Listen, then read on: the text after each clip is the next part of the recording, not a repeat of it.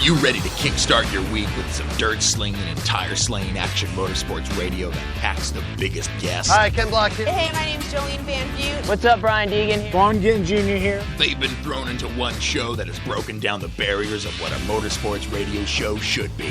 This is the Down and Dirty Radio Show, powered by Polaris Razor, with support from General Tire, KMC Wheels, Rigid Industries, Dirtfish, Gibson Exhaust, and MTX Audio, with your host, who also happens to spend his weekends flying 800 horsepower trucks through the dirt, Jim Beaver.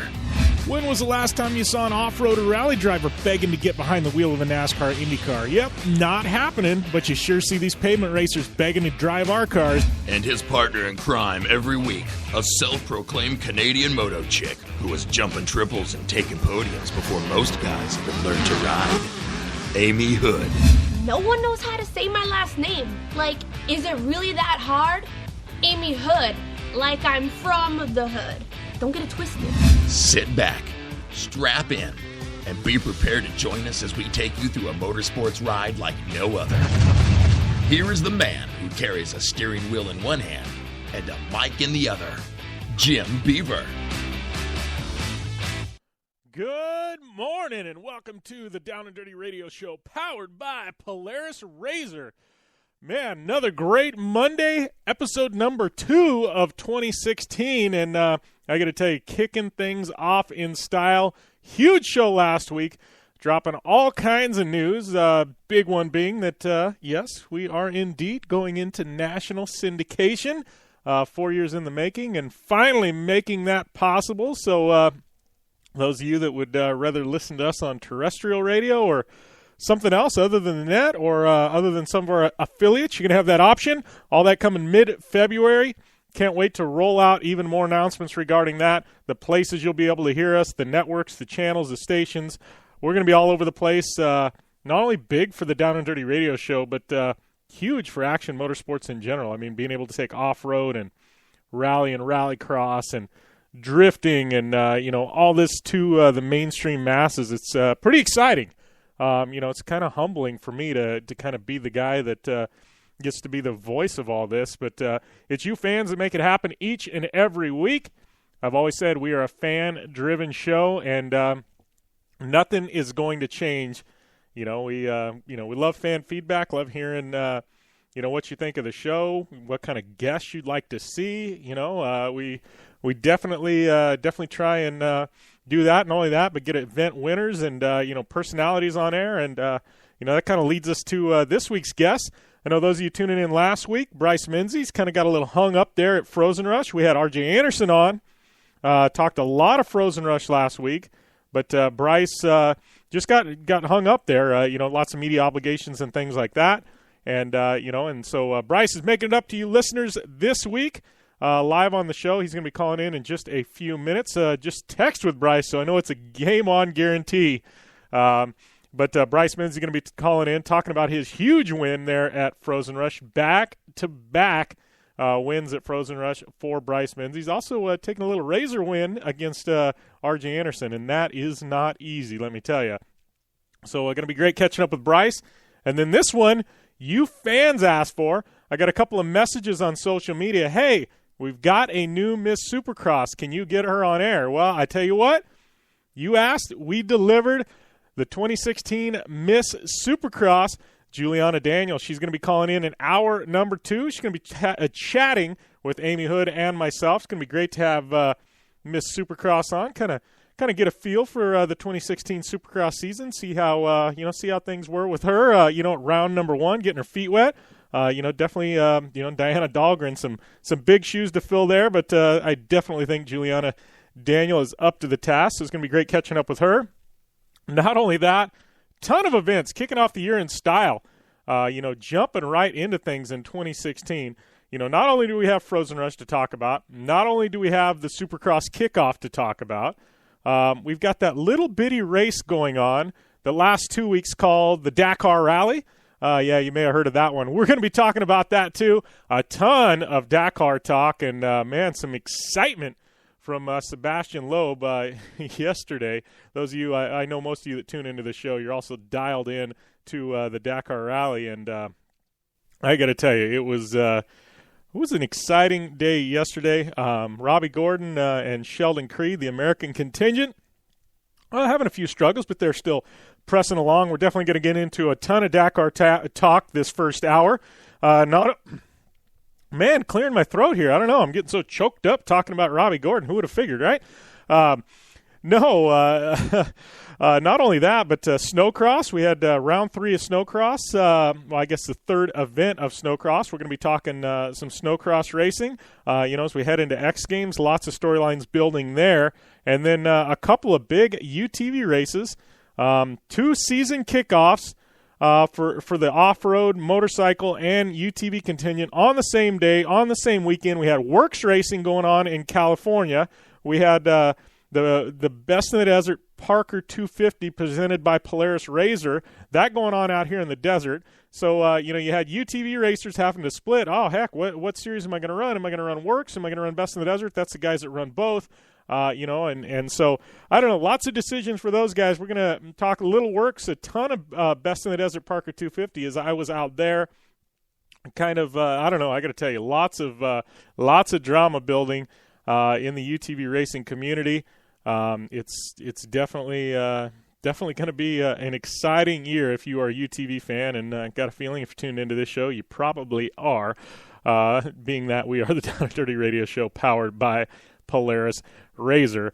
And, not only that, Fantasy Supercross League, Amy Houde and myself playing some Fantasy Supercross. Skip over to fantasyactionsportsleague.com if you want in on some Fantasy Supercross. We're playing over there. My first week didn't go so well. I think we're at like 260 entries at this point in the league, and we still got here's the deal. If you want to get in, you get like 6 throwaway races. I don't know. I need to find the exact figure. Look it up. But you get like 6 throwaway races, right? And what is there, like 16 rounds of Supercross? 15, 16, 17. I should know this. That's why I got Amy Houde. She keeps me in check on all this Supercross stuff. But anyways, you get all these throwaway races, right? So, if you have a bad day, you throw one out, and it takes like your best 10 or something like that. Well, what I'm saying is you guys that didn't get in for round 1, doesn't matter. Jump in anyways. You get to throw that round you missed out. That goes for the next month and a half, until the throwaways are gone. So you still have time. Jump in the league. We're giving away a set of free KMC wheels to the winner. And I say free because it's free to enter the league. And if you somehow come out on top, you get a set of KMC wheels. I mean, what else does it hurt? Jump in the league, fantasyactionsportsleague.com, and worst case, you're going to walk away with a set of KMC wheels for your ride. And, and speaking to last year's winner, I can tell you, he went on the website, picked out the size, the color, the style he wanted, and KMC shipped them direct to his door. And, and he had some bling on his Ford Super Duty. So, get in on that for sure. But, it's been a wild one, man, talking Supercross. And trust me, we got a good portion of the second hour dedicated to talking some Supercross. But, man, oh, man, you've heard it for the longest time. And I think all the rumors, all the speculation has completely gone out the window. You always hear, off-road, it's the MMA of motorsports. Short course, it's the MMA of motorsports. Red Bull Global Rallycross, it's the MMA of motorsports. I get so tired of hearing, MMA of motorsports. I think Supercross put their stamp on that this weekend. Supercross, the MMA of motorsport, and I don't think there's anybody that's going to argue that at this point. Weston Pike, man, talk about dropping some bombs. Gets taken out and literally jumps off the bike, starts throwing punches, flipping people off. I mean, it was wild. It was definitely worth watching the clip. We got Bryce Menzies calling in, and we're going to have to ask Bryce. Hey, Bryce, did you see that Weston Pike fight from Supercross? Yeah, I definitely saw that. That was I think that made the whole night. Yeah, right. Talk about going viral on social media. I mean, I was just saying, you hear about, short courses, the MMA of motorsports, or Red Bull Global Rallycross is, and I'm like, man, Supercross put their stamp on it this weekend. Yeah, it's definitely a good way to get your name out there. I think it was the most popular thing that came out of the whole racing stuff. It's pretty cool to see Supercross back. It's one of my favorite sports. It's kind of where I came from growing up riding dirt bikes. So I'm excited for the season. Yeah, how often you jump on a bike anymore? I mean, I know you're in the Razors a ton, and you have a ton of obligations with a short course and desert racing. You ever get on a bike at all? Yeah, I mean, that used to be my favorite thing is going down to Baja. Me and my dad used to take trips and with our dirt bikes, but lately, it's probably a couple times a year. I'd rather just get in my Razor and Polaris Razor and go have fun and actually car control instead of going like I used to do. Yeah, well, and talking about that, I know you guys went on a pretty awesome trip with Mad Media and Joey D and those guys. You and your dad and some Razors, didn't you? Yeah, we took him down to Baja, and we did a father-son deal down there, and I have to say that's probably my most fun that I could have is in my Polaris Razor, and we took him up to Frozen Rush as well, and me and RJ did a little race up there, and it's just crazy what they've done with these vehicles. I mean, for the price that they're at and what they'll handle is just incredible, and that's the most fun you could have out there for price-wise. Yeah, well, and it's funny because you and I are both lucky that Polaris every year we kind of get a new Razor. They send them our way, but me, I was we knew this turbo was coming, and I had an XP 1000, and then all of a sudden I don't want to say you throw rocks at something because the XP 1000 is still capable, but you get in that turbo, man, and it's just a different world. Yeah, it was crazy when they came to me and they said they're bringing out a turbo. I was like, you guys are insane. You don't need any more power than you already have, and once we did the Polaris turbo launch at my race shop in Vegas, I got to drive that thing around the parking lot a little bit and feel the power. And then the next day, I actually took it out to Dumont to really see what it would do. And it just is, it's insane how much power you have, the weight ratio, and how fun these things are, and how durable they are. And, I thought that with the turbo, it would heat up a lot more and have some problems. But I took it down to Mexico, and we did a 6-day run down there, over 1,000 miles, and not one problem the whole time we were down there. So my hat's off to Polaris for what they do engineering-wise, and also for making these things reliable to be able to just go out and drive them and bring them back and pressure wash it and put it away till next time. Yeah, well, and I got to ask you, I mean, I know, you are super busy with short course and desert, and I know at some point you'd probably love to get back behind the wheel of a GRC car, but, there's all these series now, and obviously there's, stuff like the UTV World Championship, there's Terracross. I mean, we're going to see you jump in a Razor and possibly do some races this year? Yeah, I've been talking about it for the last couple of years. Like you said, my schedule is just super crazy right now. I'm actually in a car driving to Arizona to start testing for short course, but I've always wanted to jump in a Razor and go race those guys and go up against RJ and all those Mitch Guthrie and all those fast guys. So hopefully this year, I know there's a works race in Las Vegas, my hometown, so hopefully I can bring mine out and just go have fun and play around with those things because, on the off weekends when I'm out racing, I usually take my Razor out. I could drive it straight from my house out into the desert and go play around with all my friends. And we have like 6 of them in my house, so it's just fun to take them out and mess around. And just like I said, anytime you're in a vehicle learning, you're always going to better yourself for the next up-and-coming race. Yeah, for sure. Well, and I know, especially with you, I mean, in the Razor, the 2 and the 4-wheel drive, there's definitely, you can, run it in either. It's probably, cheap and inexpensive practice because we all know how expensive it is to run a Pro 4, a Pro 2, or a trophy truck just in testing. Yeah, and that's the funny thing. In my Razor down in Mexico, that's the first time I figured out that I want a 4-wheel drive trophy truck is because I got to drive that thing in 4-wheel drive, and I'm like, this is insane, the traction that they have, and it kind of sparked my mind into, leading into hopefully a 4-wheel drive trophy truck down the road. So, thanks to Polaris for giving me the idea of building something up and coming, and hopefully we'll change the sport a little bit with the truck that we're coming out with in the next couple of years. Yeah, well, and that's that it definitely leads to a good point. I mean, you obviously you've raced global rallycross cars for a couple of years in in an all-wheel drive car. Obviously, you've got some experience in Pro 4. We know. I mean, your original platform, and I know Menzies Motorsports has definitely tweaked on it, but it was it started life as a Geyser, let's say. Geyser's now got this new 4-wheel drive platform. I mean, do you see in the next 5 years a lot of the teams migrating that direction? Yeah, no, I definitely think so. With Austin qualifying first for the Ball 1000, that 4-wheel drive truck, and just seeing where the parts are nowadays, you can actually build stuff that's going to live. So I see the sport going that way, and people actually innovating and trying new stuff. Where it kind of seemed like for a while, the last 10 years, everything's just kind of been the same, and no one's been trying to push the sport besides the Herbst 15 to 20 years ago. So see it go on that road, and we're definitely on it right now. It's gonna be a long road for us to build a four-wheel drive truck, just because we want it to be state of the art, and it's going to take a while to figure out all the geometry and the four-wheel drive stuff and get the thing low and low.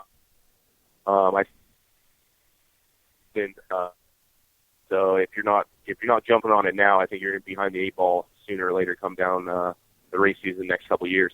Yeah, well, and that being said, I mean, your two-wheel drive trophy truck is so dialed, and you show up to an event, and and you're going to be in the top 5 in qualifying, and you got a chance at an overall victory, and the reliability's there, and once you do get a four-wheel drive, I mean, it's test miles and test miles and test miles. It's not something you can just go out and run, because you just need those miles to get rid of any teething issues.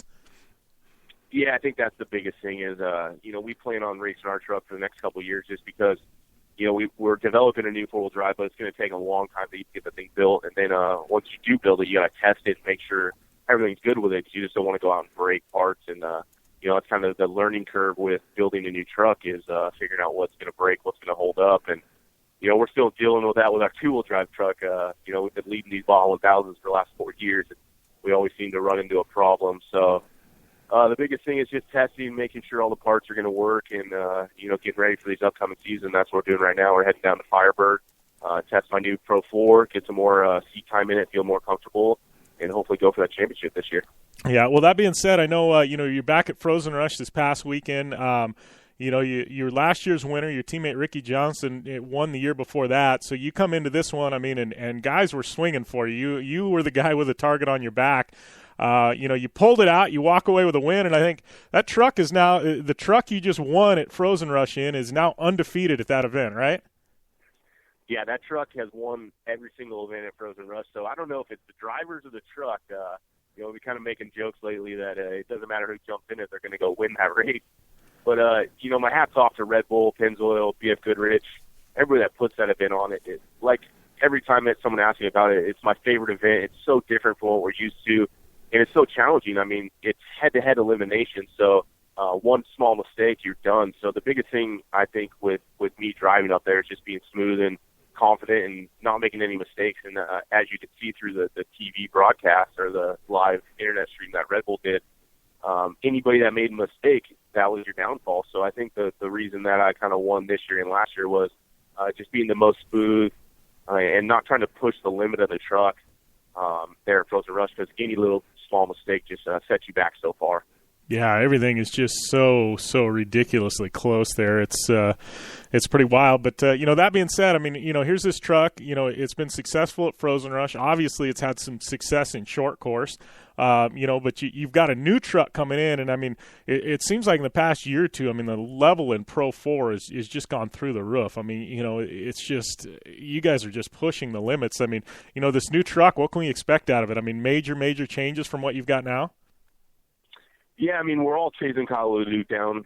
We all knew that. That's why we went with the Cheeseman brothers. They know how to build a truck. And we worked with them for quite a while on building this new one. It took about a year to build. So it's state-of-the-art. It's lightweight. It's low to the ground. It's sequential.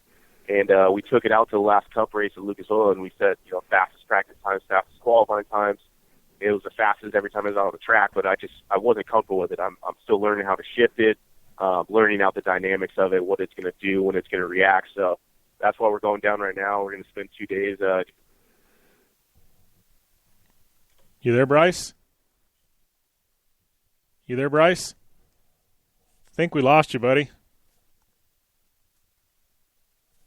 Yeah, we'll see if we can get Bryce to call back in. I know he's definitely driving right now, and cell service is probably a little bit shoddy on the interstate, but I'm sure we'll get him to call back in here in just a second. But yeah, talking, he's got this new Huseman built, Pro 4. Huseman built Pro 4, and we're just sending him a text as we are on air.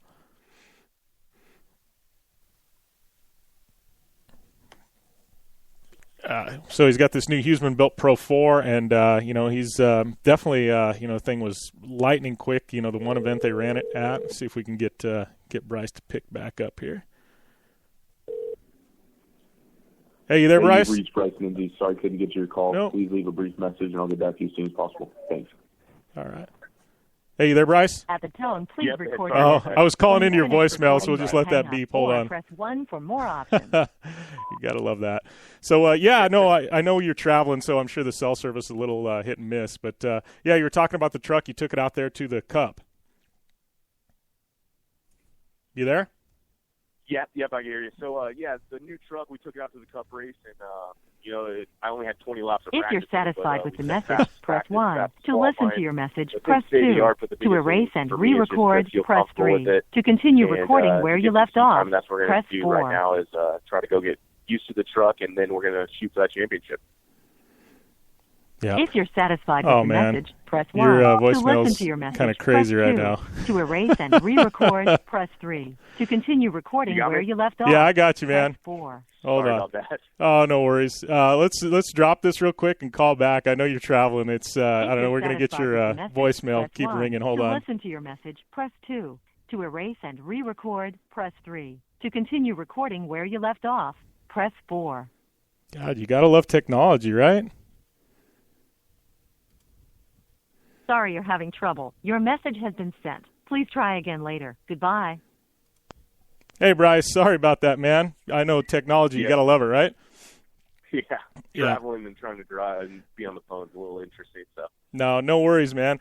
Yeah, I mean, what's short course look like for you this year? Obviously you guys are back in Lucas Series. I mean, you're one of the guys that's jumped back and forth between Torque and Lucas. I mean, you've won in both series. It seems like Lucas has got a lot of traction going right now. But we're going to see you out at Crandon at all. I mean, what's the plans for this year?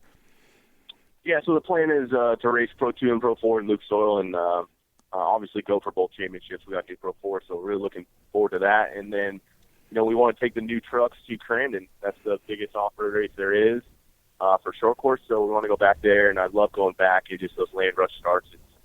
It's a little nerve-wracking, but it's exciting at the same time. So that's our plan this year. It's in between races at Luke Soil, so we can make it. It's just start on the crew and us, but it's one of those races you just got to go back and do. Yeah, for sure. I mean, anybody that hadn't been to Crandon, I mean, it's just wild. People come out of the woodwork. It's, I mean, like you said, it's the biggest off-road race of the year, and it definitely is. It's just, man, those fans are passionate back there. Yeah, it was fish to watch. I think a pretty good truck. So it was really standing there watching those trucks come around turn 1, but yeah. Well, as far as what's that? Awesome. Just how exciting that race is, especially coming to the Cup race. We're going to bring the Pro 4 back to win that Cup this year. Yeah. Well, as far as the desert program goes, I know we were out here on the pre-run for the Parker 425, and there was a ton of trophy trucks out there on that. I know Scores kind of switched up their schedule a bit. You kind of have any feel for what you guys are doing in the desert? I know past couple of years you guys have kind of hit on the big events and Mint 400 and Vegas to Reno and the Baja races. Any idea what the schedule looks like in 2016?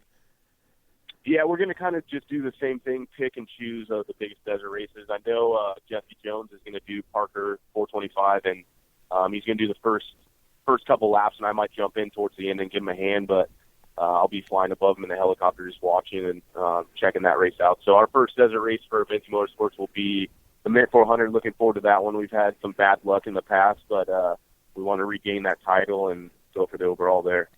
Yeah, and that event, I mean, with Red Bull Signature Series jumping in, it's just escalated everything tremendously. And I know you won it a couple years back, and it just seems like to win that race in particular. I mean, all desert races in Trophy Truck have become just races of seconds, but it seems like, I mean, the Mint 400, it's literally no flats. You just have to have a perfect race and push 110% for 400 miles. It's just, I mean, it's really become, so intense.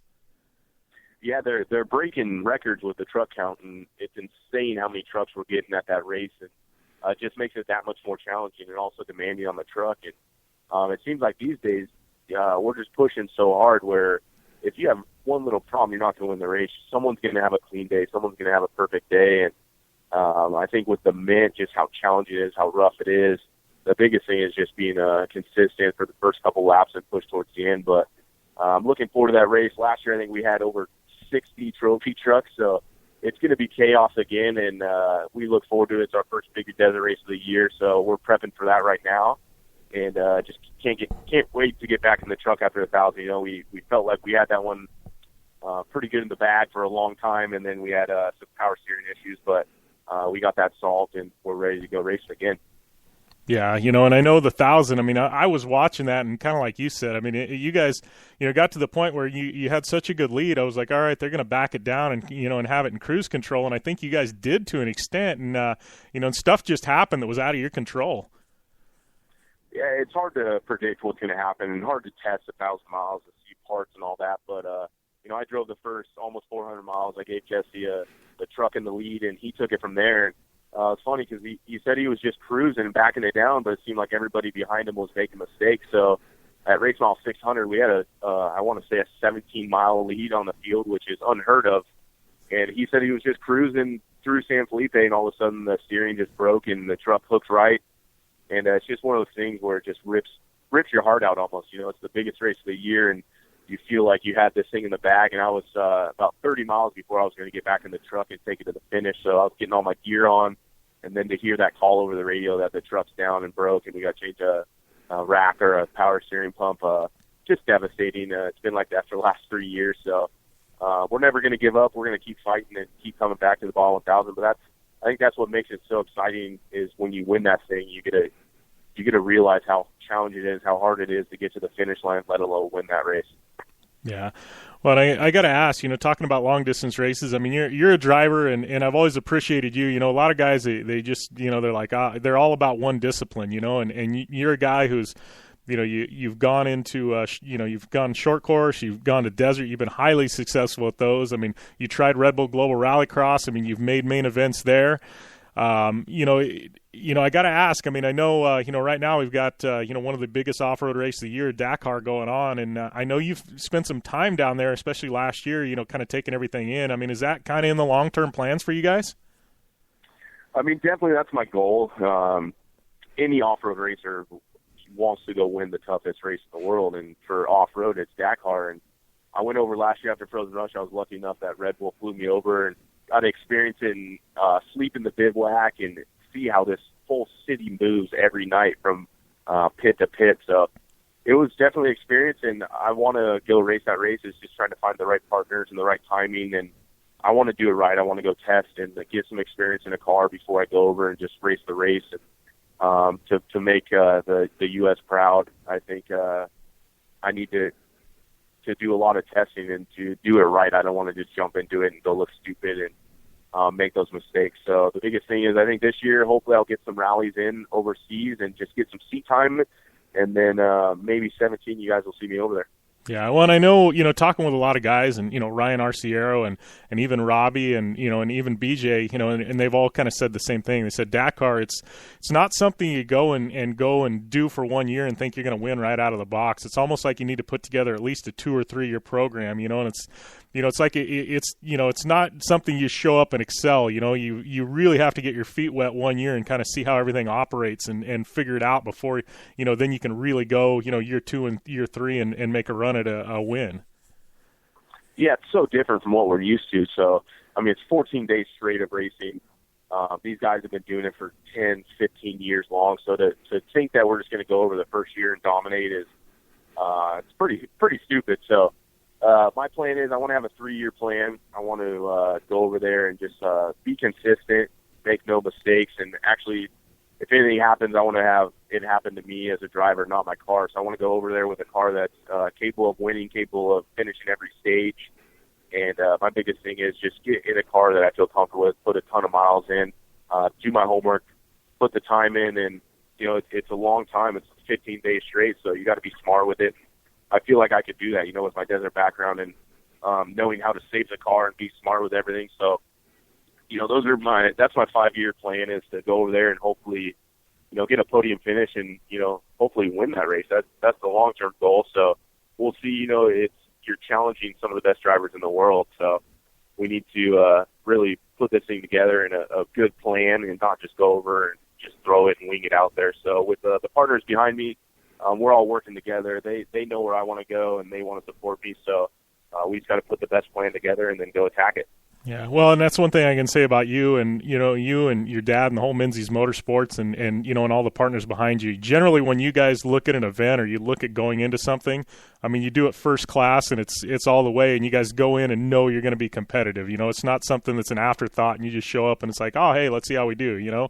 And if it's not right for you guys and you don't think you can be in that top 5%, then you're just not going to do it. Yeah, I got to give that credit to my dad. He's been very smart from business-wise for me growing up, and he helped start this team, and to where it is today is because of the guy that he is. So we're not going to jump into anything unless we're putting 100% into it. There's no point to just go and kind of do it half-assed. So my dad wants to go do this. If we do it, we're going to do it right. So I would love to be there this year. But, we want to make sure that when we go, we're ready and that we're going to put on a good show and, not go over and make a bunch of mistakes and learn the first year. We want to be ready to actually hit the dirt running and make a good run at it. So hopefully I'll get some really good testing in this year. We have some plans already in place to hopefully drive some cars and get some testing in, and we'll see if we're ready for 2017, but hopefully that's the plan for going forward. Yeah. Well, and I got to ask before we let you go, I know, I had the opportunity when you were racing in Red Bull Global Rally Cross to be one of the announcers in Red Bull GRC. And I kind of, I got to see kind of the evolution of, your GRC driving career. And it seems like, you and Travis were, you're definitely, backs against the wall with a heavier car and a car, maybe not quite meant for rallycross. But I felt like, towards the end, I mean, you making a main there in Vegas in what was the last, year that those cars raced. I felt like you've got a little bit of unfinished business there, and I know with Red Bull and the logical tie-in, obviously you've got ties with Ford now. And, is there any chance, in the next couple of years we might see you back there? I've just always felt like there's a little bit more for you to do in that series. Yeah, as a driver, it's always hard going into a different discipline and not doing well. And, we struggled a lot, and me and Travis did the best that we could do, but it just seemed like that we were at a little bit of disadvantage. So, I would love to come back to GRC. I love the sport. I love what they're doing with it, taking it mainstream and everything. So I want to get back over and hopefully in a Ford, just because those cars are so dominant. They're doing really well. So it would be cool to get into something that is competitive and actually see what I could do. So I've been talking to Red Bull and GRC and Ford, and I would love to make some events and just see what I could do, and also see what the cars are capable of. So I love racing against Ken Block and all those guys, Scott Speed, and everybody that's dominated that series. So hopefully we can get over there this year, either this year or next year, and make a couple rounds and just have fun and see if we can make some mains with it. Awesome. Yeah, that'd be great to see you back in the series. I think, definitely think, with everything you bring to the table and the diversity of GRC, I think, you get you a good car under you. I definitely think you're going to be successful. Yeah, and, that sport is growing. It's huge and following on TV and everything and seeing the fan base. It's cool to see that. I love any type of motorsport, so just watching that and where it's going is really exciting, and seeing, Brian Dean go over and race from off-road and actually do pretty good here and there. So hopefully I can get some rounds in and, compete against those guys and see where we're at. Awesome. Well, I know you're off traveling to do some testing, but definitely want to congratulate you on the Frozen Rush win. I mean, definitely if you didn't have a target on your back going into this year, you definitely do going into next year. But congrats. I mean, I know how tough that event is, and I know it's pretty much all champions that they invite there. I mean, there's not an easy bracket to fight your way through, and so definitely tip of the cap to you, buddy. Yeah, that event is it's extremely stressful, especially this year. I went into last year and just wanted to go have fun, and there was not that much pressure because I didn't win. And then this year it's like, okay, everybody's looking at me, and put a lot more pressure on me. But I think that's where I do my best, is under pressure. And just the event, it's so much fun, and to see how the course deteriorated. Me and Ricky Johnson in the final, he almost crashed. They didn't show mine on the first lap. I almost endoed the truck. So it's intense, man. I mean, after the race, I was tired, worn out. It's the most I've worked driving a truck in a long time. It's not like a short course race where these ruts are just so violent with those spiked BF Goodrich tires. They make so much traction that every time you land, it wants to yank the wheel out of your hand. So the event is just unbelievable. I love doing it, and hopefully next year, if I do Dakar, we can move this event so I can do both of them, because I wouldn't want to miss it. Yeah. Well, and I got to say, not only that, but you took the Razor win, and you took it against RJ. And I got to tell you, because I've raced against RJ and Razors, that's not an easy task. So I guess a double tip of the cap to you, because anybody that can beat RJ in a Razor, that's saying something. Yeah, we got to have a little battle, and we kind of just went out to have fun, and we didn't want to. I told him not to run away from me because I know he's a lot faster than the Razor, so we just had fun with it. And in the final corner, he went inside, and I just dove underneath him, and we just wanted to put on a show. But I think if it was a full-blown race, I think RJ would definitely smoke me in the Razor just because I'm not used to it. But those things up there, I think I had more fun in the Razor than I did my race truck just because of how intense it was. I mean, the thing was sliding around everywhere. We were hitting all the holes, and we were in the race truck as well. So just so much fun taking those Polaris Razors. They'll go anywhere. I mean, I didn't think that they would go that good up the snow slope, and now I'm going to take this thing up to Tahoe where my cabin is and just go have some more fun in the snow with it.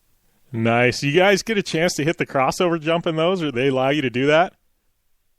We looked at it, and the biggest thing is it's more of just like a drop-off, so there's not really any lip to it, so we didn't think that we'd have enough speed to do it. And RJ almost went for it one lap, but he kind of turned around and took the over-under. But hopefully next year, if we do this event again, that they'll build some jumps off to the sideboard so we could get some more action, and we can make this thing more of like an event. You know, like what I said to Red Bull and Polaris, so hopefully we get some celebrity drivers up there and almost do another separate race with the Polaris Razors, just how good they did and how excited the fans were with them out there running. If we get 8 of them out there at one time, it'd be insane. So hopefully they're looking into that next year and we can make that happen.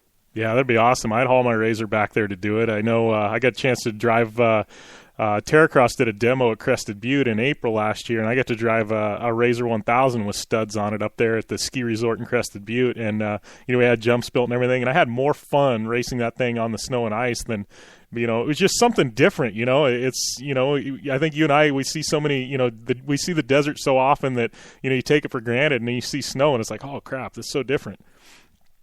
Yeah, I hate going up there because it's so cold, but once you're up there, it's just so much fun to take your race truck on snow and your Polaris Razor, and it's so different from what we're used to and also the fans. I mean, they don't get to see that. They're not West Coast fans. They're out there in Maine where we come once a year, and to see the excitement and the enthusiasm that they have, it really pumps up the drivers and makes us drive, over the limit. As you could see if you guys watched the Red Bull TV on Frozen Rush, you could see all of us were just going for it. I mean, Scott Douglas crashed, Ricky almost rolled, I almost rolled.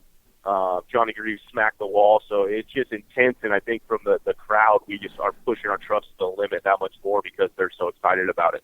Yeah, for sure. It's definitely wild, and man, I can't wait for next year. But thanks to you for calling in, buddy. I appreciate it. I know you guys are awful busy, and you and I could probably shoot the bull here for another 20, 30 minutes, but we'll let you get back on the road and and head to Phoenix to get some testing done. But congrats on the win. Awesome. Thank you guys for having me on, and look forward to talking to you later in the season. All right. Sounds good. Thanks, Bryce. Thanks, guys. All right. That was Bryce Menzies traveling out there to Arizona. I'm in Arizona. He's coming out here to Arizona to test his new Pro 4 short course truck, but he was your Frozen Rush winner. Got to give a big shout out to him for that. And had a little hiccup there with a phone call. Always makes life interesting, but always good to catch up with Bryce, one of the busiest guys. But hey, Bryce Menzies is going to go to Dakar. It's pretty exciting news. But we're going to take a short commercial break, and when we come back, we're going to be talking some more Dakar and Snocross and some Razor racing, Best of the Desert. Had some works and a whole lot more crammed into about a 15-minute segment. So stay tuned to the Down and Dirty Radio Show, powered by Polaris Razor.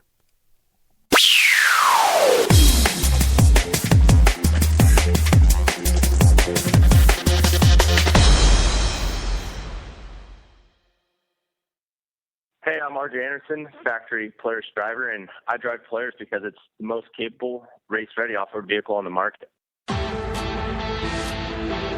When R.J. Anderson wanted to set a world record for the longest UTV jump in history, not once but twice, what company did he trust? Polaris and their championship-winning Razor XP 1000. R.J. is a UTV champion behind the wheel of Polaris vehicles, and he exclusively trusts the Polaris Razors to bring him race wins and championships against some of the toughest off-road racers in the world. The same Polaris racers RJ has won championships in, set world records in, and conquered the Wall of Death in XP1K2 are available to you at your local Polaris dealer. Take the advice of world record holder RJ Anderson and visit Polaris on the web at Polaris.com to see the full lineup of Polaris RZR vehicles, or follow them on Facebook, Instagram, and Twitter at Polaris RZR. For 100 years, General Tire has provided tires for your lifestyle, your adventure, your anywhere. Born from competition, the Grabber tire offers the durability and off-road traction you demand in a tire. We put these tires to the test in the harshest off-road racing conditions to give you a tire that will make your anywhere possible. So let us take you on your next big adventure. Tweet us photos at General Tire, hashtag anywhere is possible. Because with General Tire, anywhere is possible.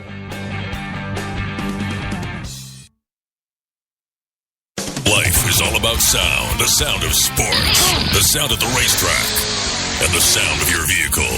Don't drive around listening to this. Drive around listening to the sound of performance. Gibson Performance. Gibson Performance Exhaust is the company who can turn this into this. Remember that life is all about sound, and Gibson Exhaust is the sound of performance. Check out your next catback exhaust system, headers, muffler, or UTV exhaust at GibsonPerformance.com and get more power and more sound.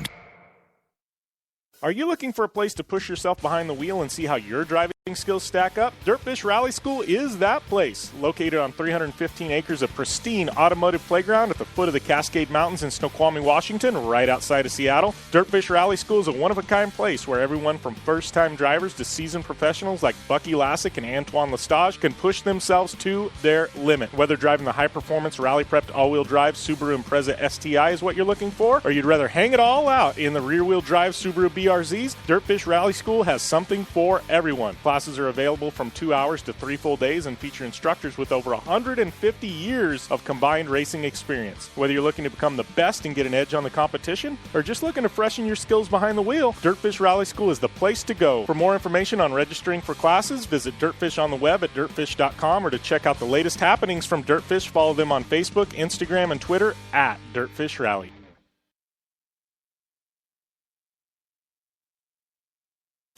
Come to the island and rip it up this summer. Wakeboard Island. It's a skate park on water at Blue Water Resort and Casino.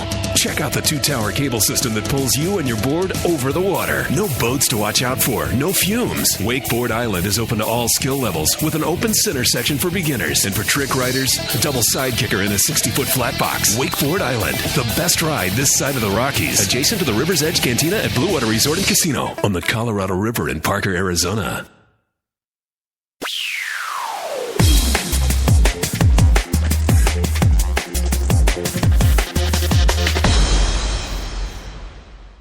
Welcome back to the Down and Dirty Radio Show, powered by Polaris RZR. Just got done with my Polaris RZR teammate, Bryce Menzies, talking a little Frozen Rush, and I don't know, all kinds of stuff, man. Everything from Dakar to GRC, and Bryce, a guy that's pretty much done it all, so always fun catching up with him. But, not only did Bryce have a big weekend, lots of big weekend all around, lots of motorsports action. Going back to Frozen Rush just a bit. Obviously, Bryce Menzies taking the win there at Frozen Rush. But got to give a shout-out to Ricky Johnson. Been out of a Pro 4 for about a year. Jumps in and walks away with a second-place finish. Talk about a heck of a save by Ricky Johnson. Almost balling it up in that final against Bryce. Saving it. One of the best saves I've ever seen. And, it was almost yard sale time for Ricky Johnson. But he brought it back in. And solid effort by him, finishing up in second. And then Rob Mack finish up on that podium spot in third. Great event. I'm looking forward to it once again next year. But, other action over the weekend, the big one, Dakar. We got to talk Dakar. Talked a little bit about it with Bryce, but, jumping into things, the big news coming out of Dakar, obviously we'll get to Robbie Gordon and kind of some of the struggles from the U.S. contingent, but big news, Sebastian Loeb, we want to talk about yard sales. Sebastian Loeb yard sale that Peugeot yesterday, and they were able to get it repaired, I guess, but, that thing, donezo. And I said last week, on air, I said, I don't know. I said Sebastian is running this extremely fast pace for a 2-week-long rally, and he's used to WRC touring cars. I mean, it's a lot of sprints. Even when he did Pikes Peak, 8 minutes start to finish and you're done. And obviously I don't know. I mean, he came out, shot out of a cannon, and he was just blistering pace. And I think I said it last week. I said, if he can do this the entire rally and win, I said, we are going to see a shift in strategy for Dakar from here on out. But it wasn't able to keep it up, and ended up catching up with him. He had a couple little, problems earlier on. But it definitely, definitely, I don't know. It was an interesting moment. Anyways, it was, definitely a shift in Dakar. So right now, I think we've got some of the drivers just finishing up. And, last I heard, we got Petter Hansel in the lead, Carlos Sainz in second, and Nasser Al-Attiyah in third. And that was going into today's, so I don't have final results from today yet. But Petter Hansel inheriting the lead after Sebastian Loeb had his accident. On the bikes, it's all Toby Price out front. Solid effort by him. Robbie Gordon, today's stages, I think he finished up in 25th. I believe Sheldon Creed is running around in about 33rd. But big news coming out of it, everybody, why is Robbie running so far back? And, obviously he's had some problems with the Gordini, and going back to the first stage, I guess it would be second stage technically. They kind of canceled the first stage because there's so much mud and so much rain. He got stuck, right? And for some odd reason, the ASO does not like Robbie Gordon. They never have, and I don't want to say they pick on him, but, obviously I'm going to take sides. Robbie's a friend of mine. He's an American, but they haven't exactly been fair to the guy, and I'll say it. They play favorites, and Robbie is definitely not one of the favorites, and he's got into it with the French-based ASO before. But sounds like it happened again this year, and we want to go back to before. It was his tire inflation device, and tire inflation and deflation device, and they were saying it was illegal and this and that, and so what did Robbie do? He got mad at him, and they gave him all these penalties and all this other stuff. He disconnected the system completely and went out and won a stage and said, hey, look, it wasn't any kind of advantage. I can whoop these guys' ass regardless of whether I got inflation or not. They didn't like that. I guess they call him the brash American, right? But so I guess Robbie, this last one, he got stuck in the mud, right? And so he gets some assistance, some outside assistance. They pull him out of the mud, and he goes to finish the stage. They gave him a 1-hour penalty for outside assistance. Well, the same mud hole had 20 cars stuck in it, and all of them were getting outside assistance. But Robbie is the only guy that takes a 1-hour penalty. And we're going back to a week ago in the Dakar. So Robbie obviously upset about that. He's got lots to be upset about. The SO hasn't treated him well at all. And I'm just going to say, I mean, they definitely pick on the guy. Kind of feel sorry, if you're going to have rules and you're going to penalize, all 20 of the guys should have been penalized, and Robbie wouldn't have complained. But, you pick one and let the other 19 go. We've got a problem here. And, it's the same thing that goes back years. They're always looking for something. With Robbie, and especially this year where, he's really kind of out of it. It's like, why even bother at this point, but I don't know. It is what it is, that is pretty much what's happening with Dakar right now. Big news, Sebastian Loeb, he looked like he was just going to run away with the thing, but, midway through the rally, here we go. Sebastian Loeb is no longer in the lead, so, definitely going to be interesting to see the way this all shakes out. But I do have to give a shout. I was just looking as we speak, but looking at some of the results. Laia Sanz, I'm a big fan of hers. I've said it before. I think she is absolutely the best female two-wheel rider in the world, any discipline. I mean, this is a girl who, wins trials in Europe. She comes over to the U.S., wins X Games in Endurocross, he shows up randomly to Endurocross events here in the U.S., wins them.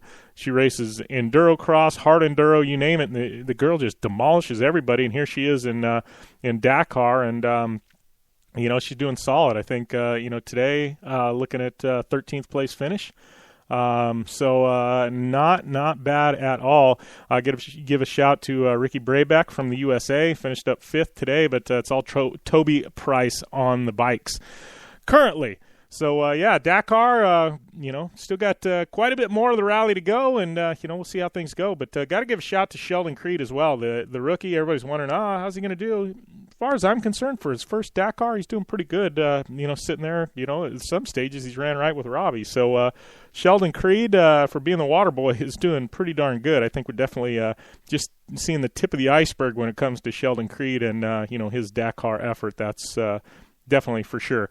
So a couple other events happening this weekend. Got to talk Best in the Desert, Blue Water Desert Challenge. No, sorry about that. Parker, Best in the Desert Parker 250 at the Blue Water Resort and Casino. It was definitely a big UTV race. Motorcycle race, not so much. A lot of the guys opting to run in the Works Series, but Nick Burson and Axel Pearson taking home the overall victory, Open Pro win.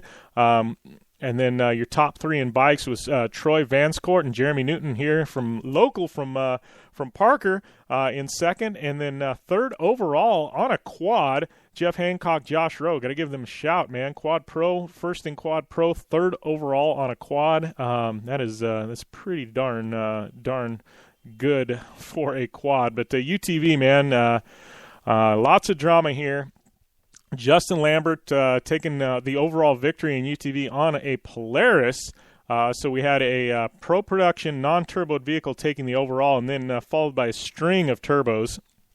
Dustin Jones taking the turbo win, second outright. Logan Gastel, and then Jason Murray. So it was 1, 2, 3 for the Can-Ams in turbo. And then we had fifth outright, fourth in turbo, Dan Fisher. So, we had an NA naturally aspirated car taking the victory in the UTV ranks, but I don't know. There's lots of drama surrounding the Can-Ams and what they're allowed to do with the ECU, and they've got the Polaris Razor ECUs on lockdown and don't allow you to touch them.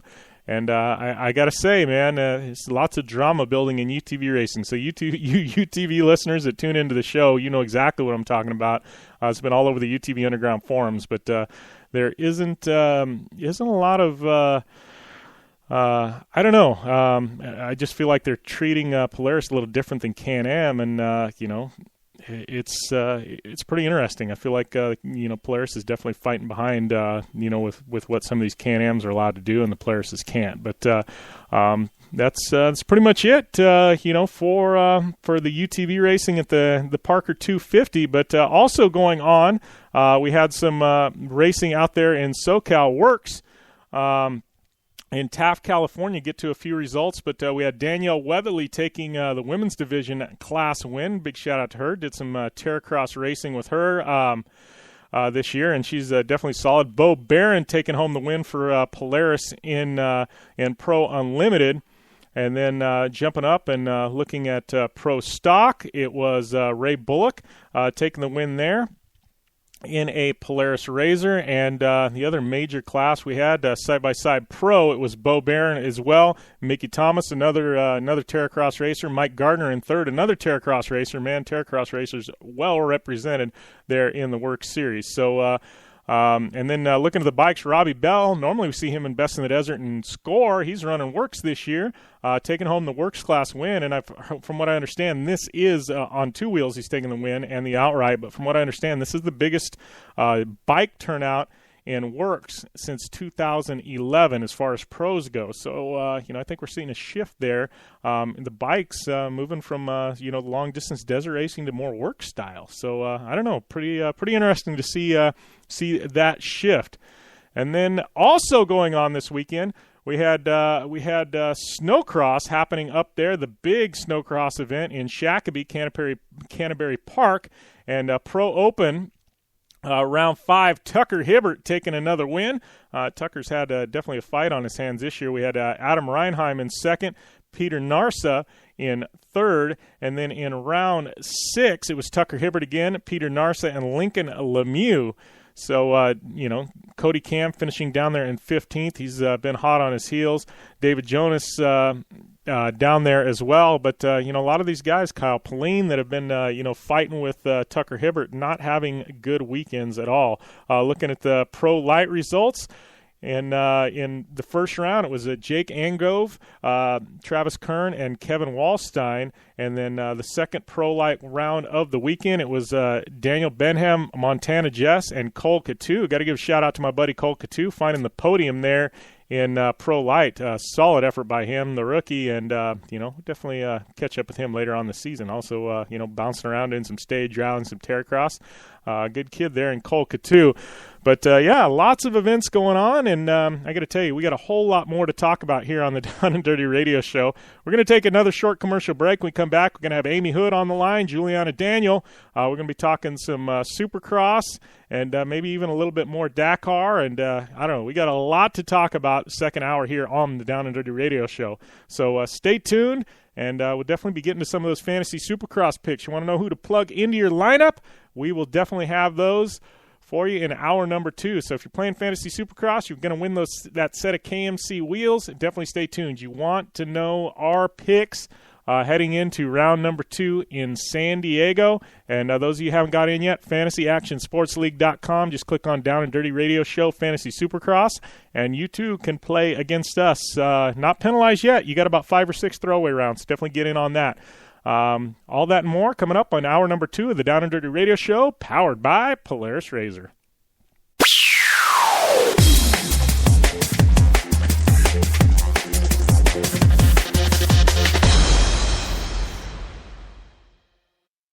I'm Polaris rider Levi LaValle, and I choose Polaris just because they have the best quality, highest performing, most fun machines out there. Only one company has taken Levi LaValle to 10 X Games medals, Snocross championships, a double backflip, and a world record long jump of 412 feet across the San Diego Harbor on New Year's Eve, and that company is Polaris. Whether it's dominating the X Games, racing a stock Polaris Razor XP1000 in the Terracross Championship, or just hitting the trail on the weekend, for over 20 years, Levi has relied on the same quality Polaris vehicles and products you can purchase at your local Polaris dealer. Take the advice of action sports legend Levi LaValle and visit Polaris on the web at Polaris.com to see the full lineup of Polaris vehicles, or follow them on Facebook, Instagram, and Twitter at Polaris Razor.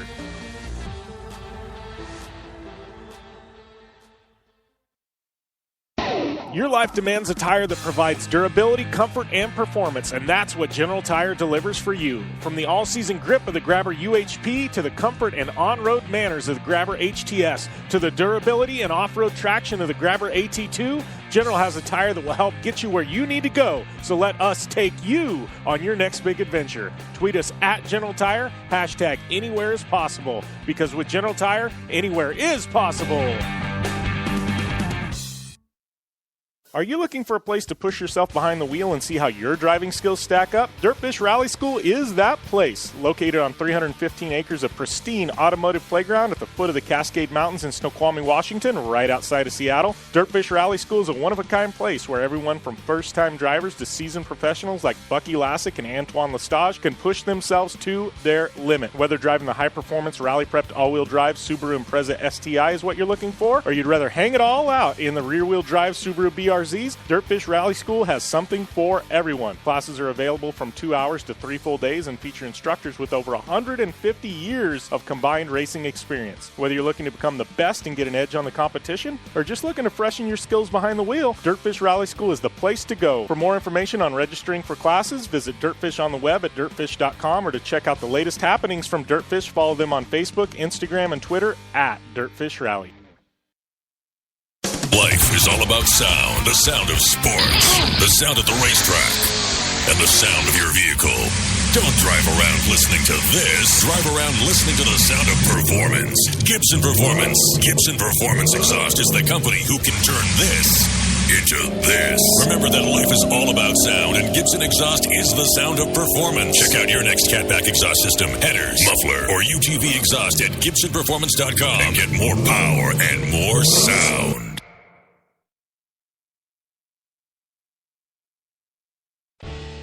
Looking to upgrade the brake system on your race car, pre-runner, or weekend toy? Jmar Performance Brake Systems has you covered. An industry leader in performance braking systems, Jmar can outfit your vehicle with the highest quality American-made calipers, rotors, master cylinders, hubs, turning brakes, and shifters for Volkswagens to trophy trucks and everything in between. For more information and their full product line, visit Jmar on the web at jmarperformance.com or follow them on Instagram and Twitter at Jmar Brakes.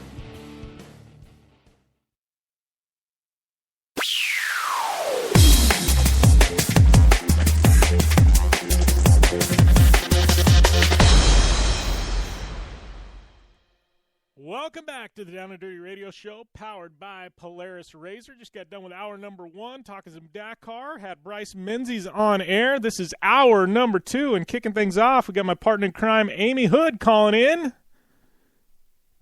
Oh, that was about a fail, man. Production. Now, hey,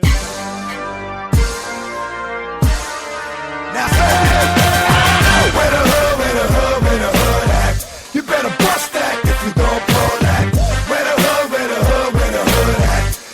Man, that was about a fail, is what I was saying, Amy. Had y'all queued up, and they missed the cue, and we missed the music. So I don't know. I failed on that, but anyways, talk about an exciting weekend, huh?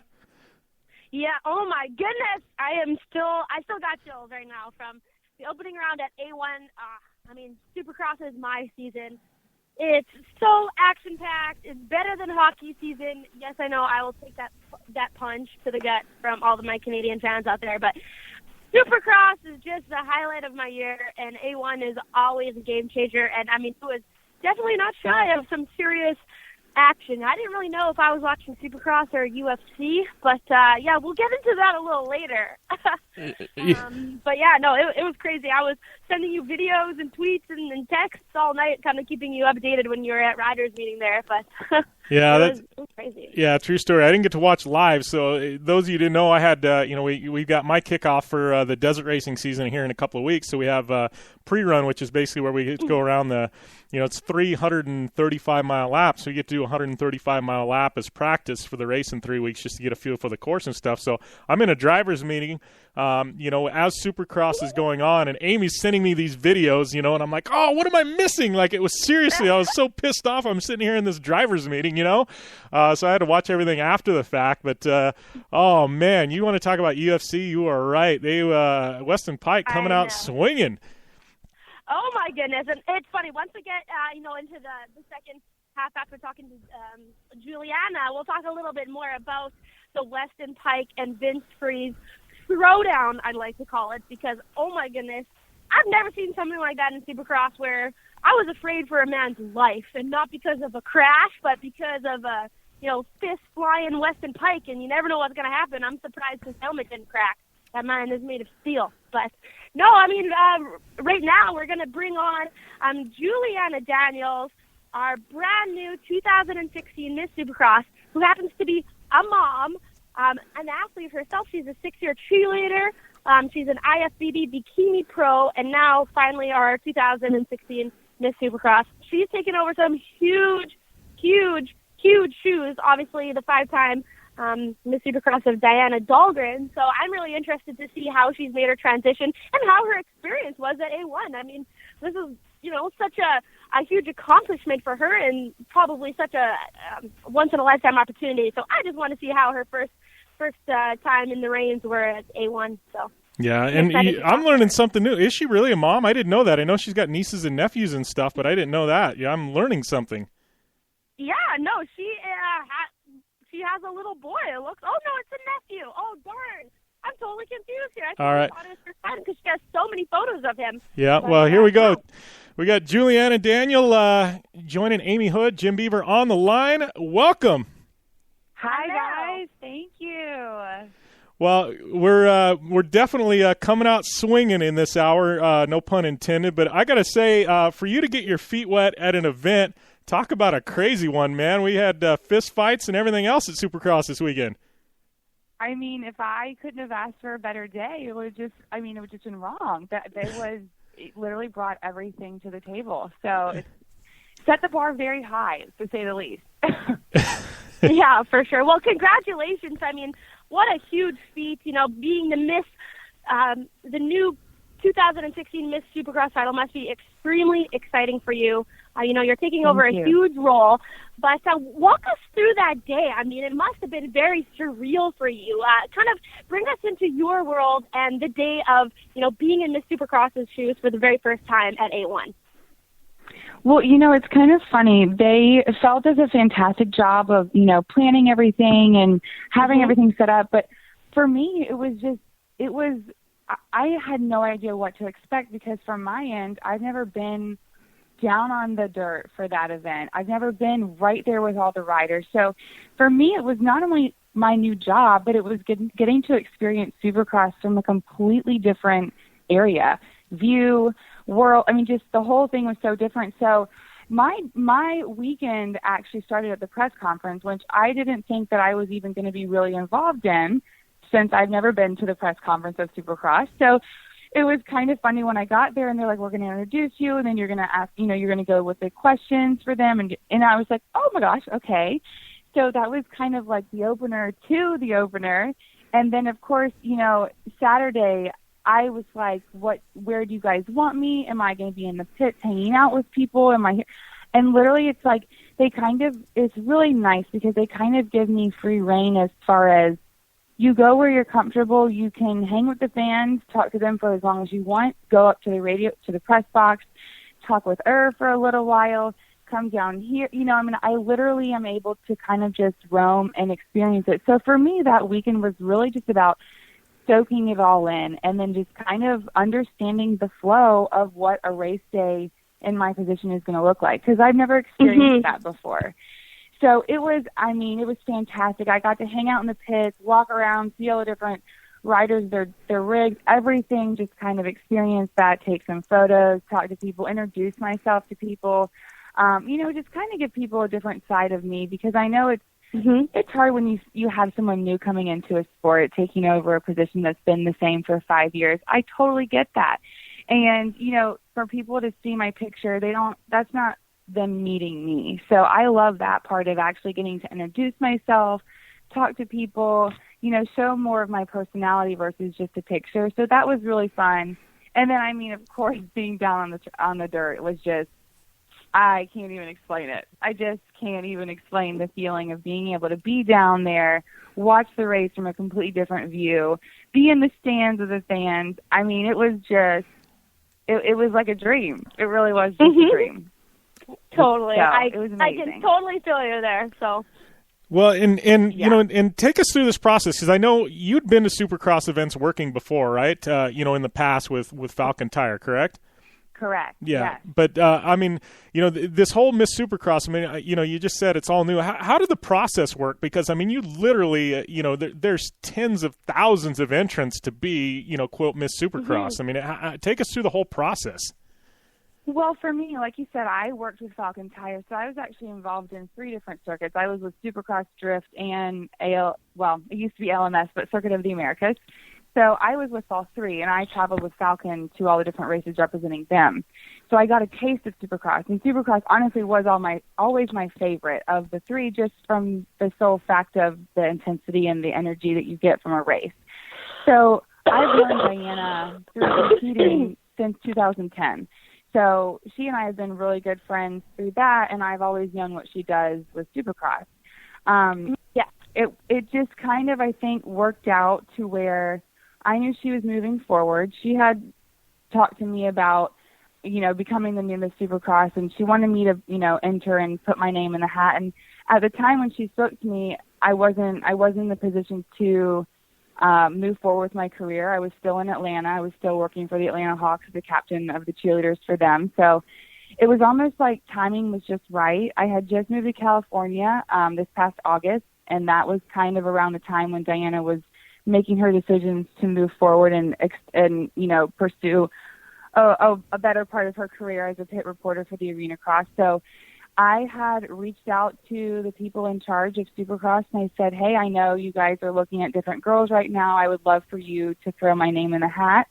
I gave them a resume and said, this is what I've done with the Hawks. This is what I've done with Fox Sports. Just give me a shot. And that was about 2 or 3 weeks before MEC, and they said, well, can you be at MEC? And I said, well, actually I can. So they said, okay, well, great, come here, we'll do an interview, and, we'll go from there. And I said, all right. So a couple of weeks went by, I got in my car. I live in Los Angeles now, so I got in my car, drove to Vegas, thinking I was just doing an interview. And I got there, we had a announcers meeting, and I was, running through the rundown going, oh my gosh, they have me actually speaking in the stadium. Okay, so this is more than just an interview. It's actually a live audition. And then it turned out Saturday morning comes for MEC, and they're like, by the way, you're doing it all by yourself, along with Rihanna and Wes, of course, as the main. And they're like, here's your mic pack, go ahead. And I'm going, oh my God, like, what? And so I'm like, well, here comes my personality, because I don't know what they want from me. I don't know how they do things at MEC. I know it's different from Supercross as far as the run through. So it was just me, like, throwing me to the wolves. They joke about it today, but that was kind of my live audition, if you will, for the position. And it was a couple, week or two after that they called me and said, hey, we want to offer you this spot. And the rest is history. So it just kind of was like the timing was right. I have a good background in this whole arena of just sports in general, but also not the announcer, but more so the hosting side of this world. That's what I did a lot for with the Hawks, and it's just always in my personality to kind of be the voice or the face of a brand, a product. I really enjoyed that aspect, so I think that showed, when I was hosting MEC and just my personality. So that was really the process. It wasn't. It was a little bit gnarly at MEC, but I managed, and I was much better prepared for this past Anaheim opener. So it was fantastic, and it was just definitely an honor to be chosen as this and to take the place of Diana, the legend, for that Supercross role. So, yeah. Yeah. Well, I know, I don't know. I look at your background, and I think it's awesome. And Amy and I can both talk about that. And you're somebody that I love people that are all over the place, and you've got your hands in so many baskets, and you're working with the Hawks and Falcon Tire, and you're hosting, and you're doing, this and that. And I know, I'm behind the wheel of race cars and announcing and doing radio and TV, and Amy's the same way, with her dirt bike and things like that. So I thought, I was like, well, you're perfect because you're not one dimensional. I mean, you're all over the place, and I think that's what's great. Yeah, very multifaceted, and I find women like that can really take on any challenge that they are faced with, and you can just get thrown into the wolves and you'll come out leading. So yeah, you've done a great job, and watching you and kind of watching what the fans reaction to having this new face and this new girl kind of taking over. It was such a positive outcome. Like, everybody loves you. You have this such natural warmth to you, and you're very friendly and open, and you're such a great selection. I'm so happy that they chose you. So thank you. Looking at the fans' comments, you've been such a great transition, and it's always a little bit of a worry, when you have this, great personality like Diana Dahlgren, who's been around for quite a while. It's you have a big footprint to fill, but right. You did such a great job, and I think that comes from your background of being involved in so many different things. You can just own the reins and really take control. So.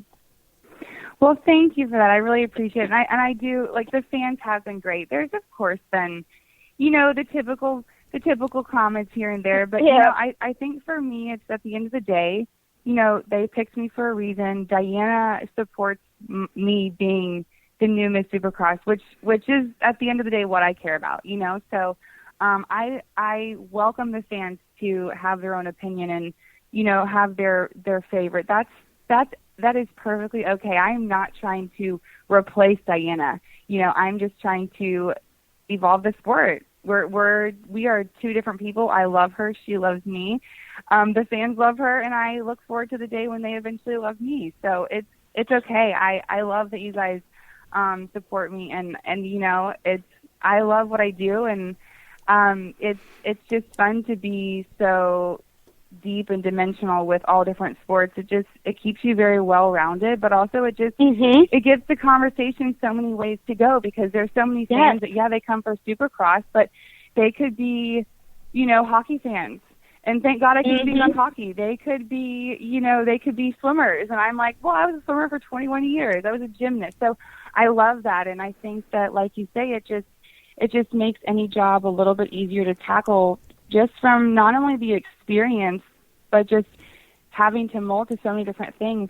It's okay, and I'm ready for it. So, yeah. Well, I love you, and thank you. No, I'm really no, it's exciting, and I've grown up in the motorsports industry, and I've raced for 21 years, and seeing these transitions of Miss Supercross, I think they're getting better and better, and they're choosing all these different girls. I mean, the girl before Diana was fantastic, and even before her, and they're choosing different people that can bring, different attributes and a different image to the company, and to Supercross in general. And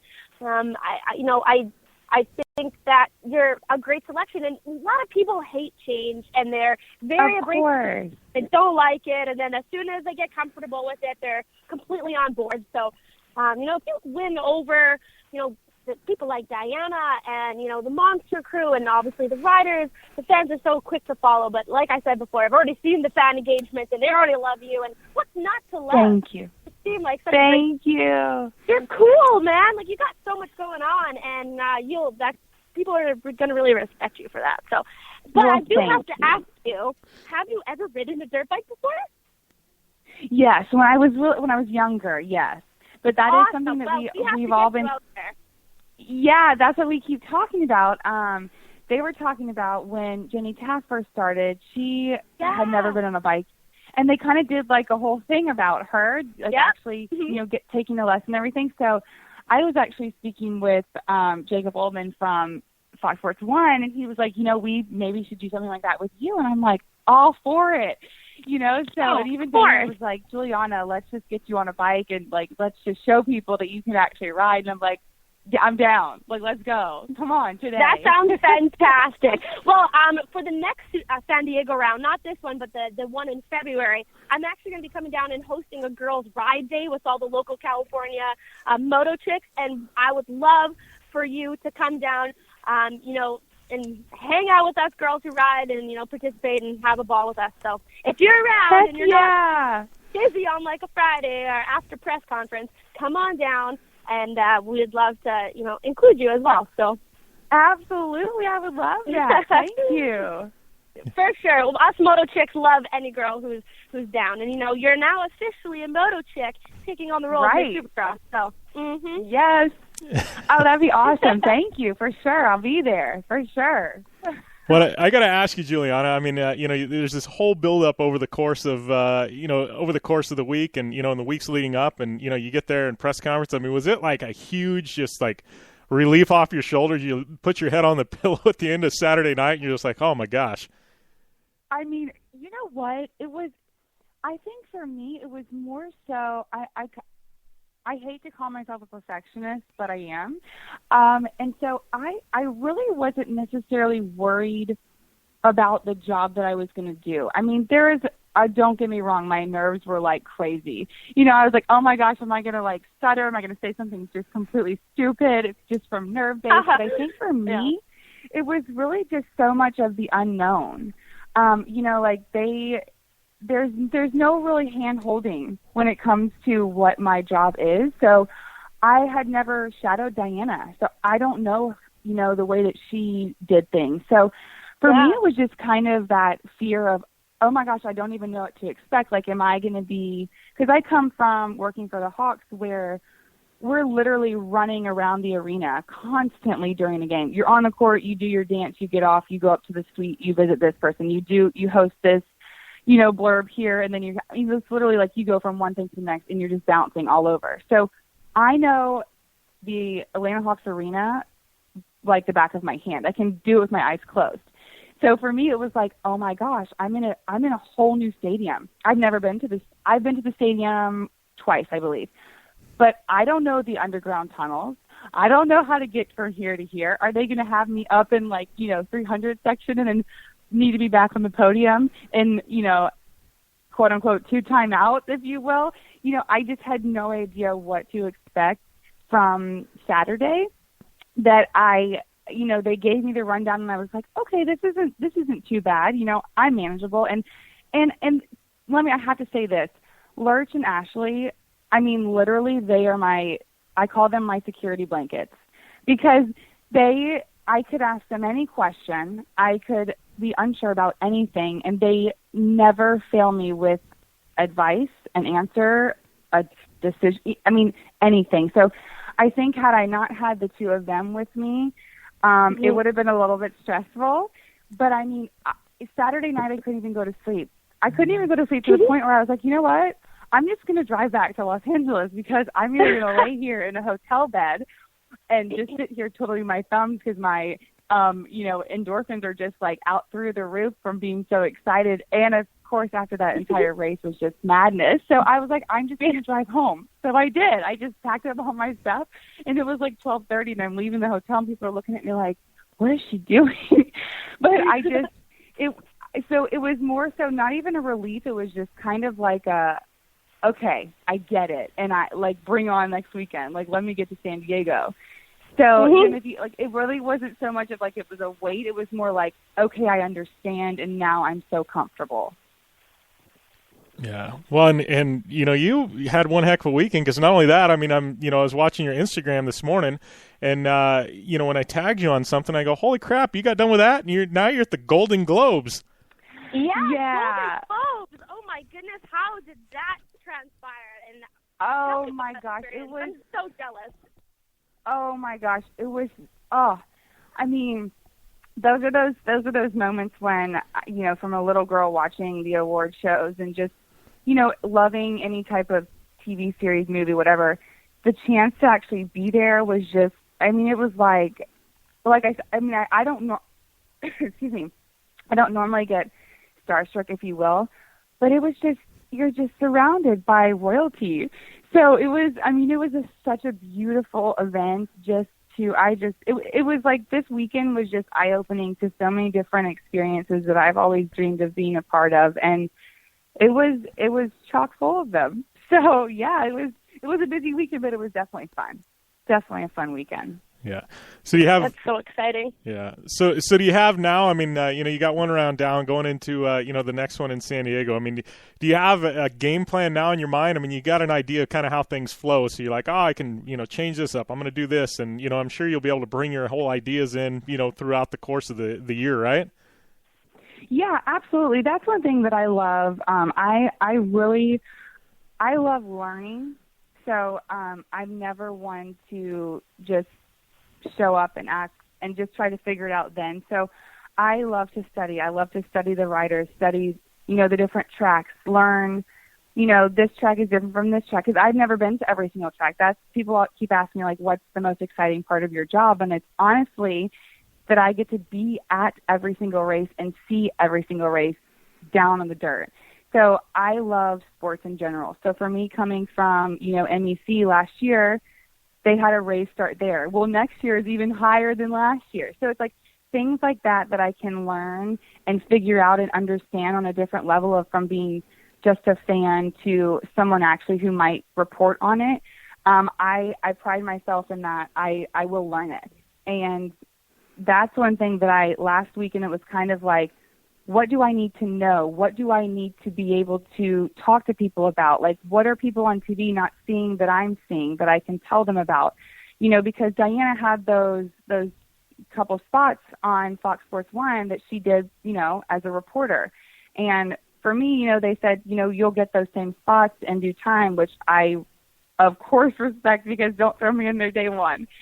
So it's kind of for me, I'm kind of just figuring out what I can bring to the table with the job that I've been given. So it's learning, different, like I said, different aspects of the track, different ways that people are riding, it's just kind of like I understand like what I need to know and what I need to be able to be versed on. So that's really what this week's going to be about for me, is just kind of briefing myself on the new track. And, you know, I have that media guide now. I have all the rules. I have all those on paper versus me scouring the internet for all these different facts or things like that. So that's, I mean, because literally it's like you can sit there and find so many different opinions on the internet of different things, and it's just, oh my gosh. So, so really that's the difference of last week to this week, is that I now kind of know what to expect. I know what, you know, I want to be able to talk about. If they hand me the mic and, you know, they say, talk about this, I won't sit there going, well, I think this is what I want to say. You know, I can actually formulate my own opinion versus trying to read and understand. I already understand now. Now it's just me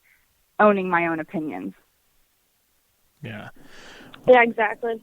Yeah, I completely agree. I think it's awesome. I mean, it seems like you really, you know, you're passionate about this, and I think that's always been everybody's worry. You know, is are we just going to get somebody in here that thinks of it as another career pretty move? Face. Yeah, another pretty face yeah. that wants, you know, and I, you know, just talking with you, you know, and you know, I reached out to you via, you know, direct message on Instagram. We started chatting back and forth and set this up, so we really didn't know each other, and I was like, you know, I always like to get new personalities, you know, to sports, you know, on air, and, you know, and talking with you, I think, you know, you're like, no, I want to learn this. I mean, you know, you're really dedicated to it, and I love that.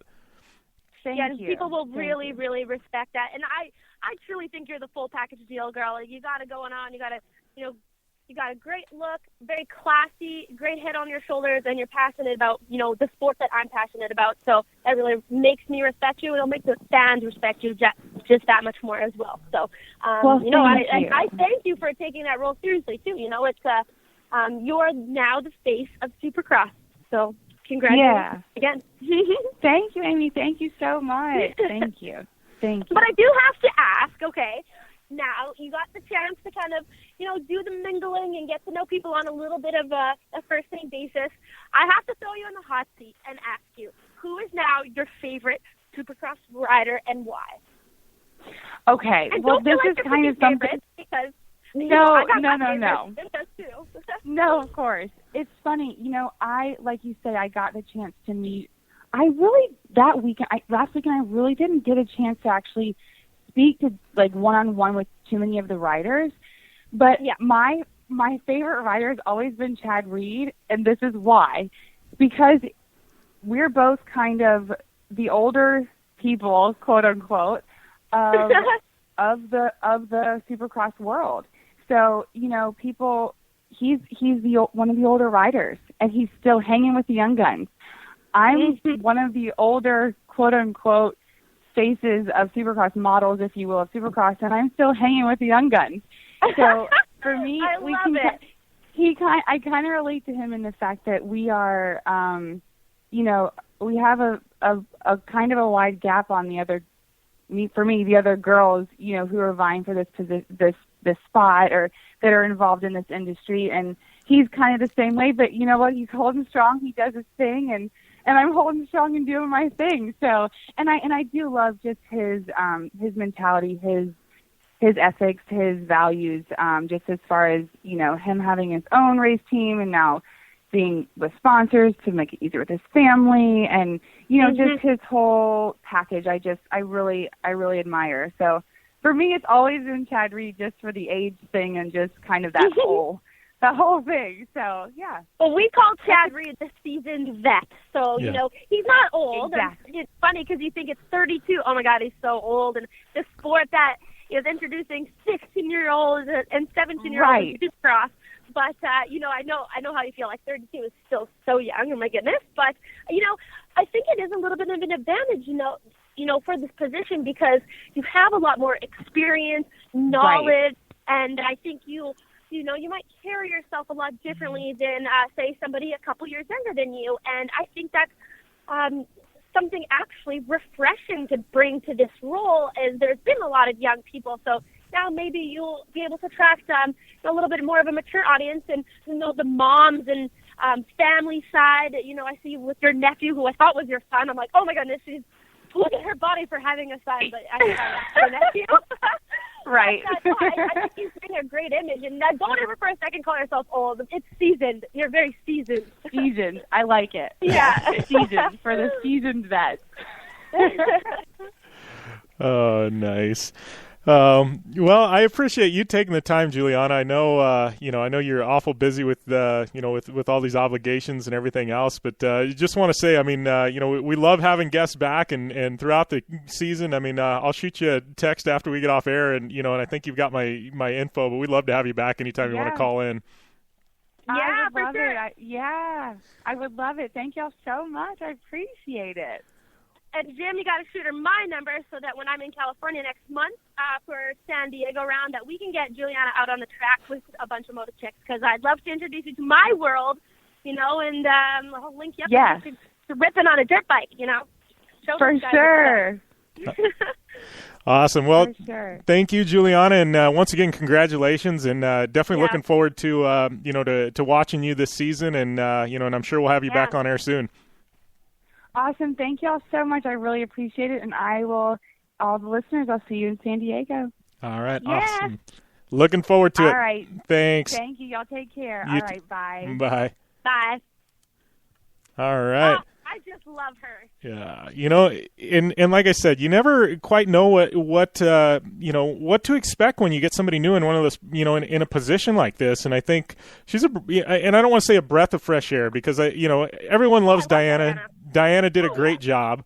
She's just different. Yeah. I like her. They're not necessarily opposites, but they're just two different people, and it's really cool. Like, I hate to say it, like, I'm a female that Supercross is my, motocross is my thing, and I'm very picky on who they choose, and I really didn't want them to choose just a pretty face. Like, I love that Diana had such a big personality, and she was funny and quirky, and, didn't take herself so seriously and stuff, and then, I was worried on who they were going to pick, because I didn't want no bimbo in the role, and I'm really, really happy, they chose someone just as cool as Diana, who has her own thing going. I was a little worried about the fact that she was, involved in the fitness world and not too much in the motorsports, but, learning about her involvement in other sports and, being a cheerleader and an athlete and a swimmer, it just makes her that much more credible. And really, I really value her work ethic and the fact that she's taking this role seriously. And I think that is,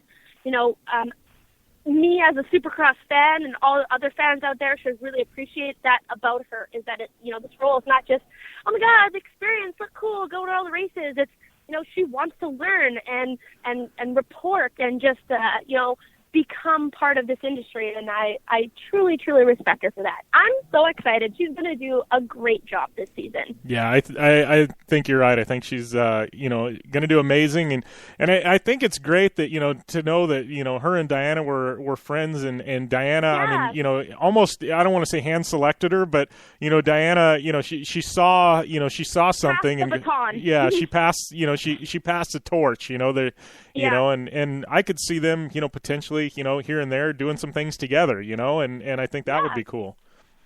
Yeah, no, definitely. And I do like the fact that she's a little bit older and, has a strong career kind of backing her too. She's very multifaceted, and, hopefully she'll bring something new for us to the table as Supercross viewers and fans. And I just think they did a really good job. And, like I said, I was a little bit worried. And then after meeting her, I'm like, holy smokes, she's fantastic. I want to be friends with her. Yeah. I'm really excited. I'd really like to see, get her out on the track. Like we talked about, girls who do sports can really do anything. And I think she'd be able to ride a dirt bike no problem. So I'm excited to get her out to the track. For sure, definitely. I think it'll be a ton of fun. So we got to take a quick break, Amy, and here in about 3 or 4 minutes we'll come back, and you and I got some Supercross to talk about. Or UFC, whatever, we could talk about one or the other, because it's kind of the same thing. Yeah, exactly right there. A good mix of each other at this point. Yeah, lots of Supercross to come here on the Down and Dirty Radio Show, powered by Polaris Razor. We'll be back in a couple of minutes. Talk.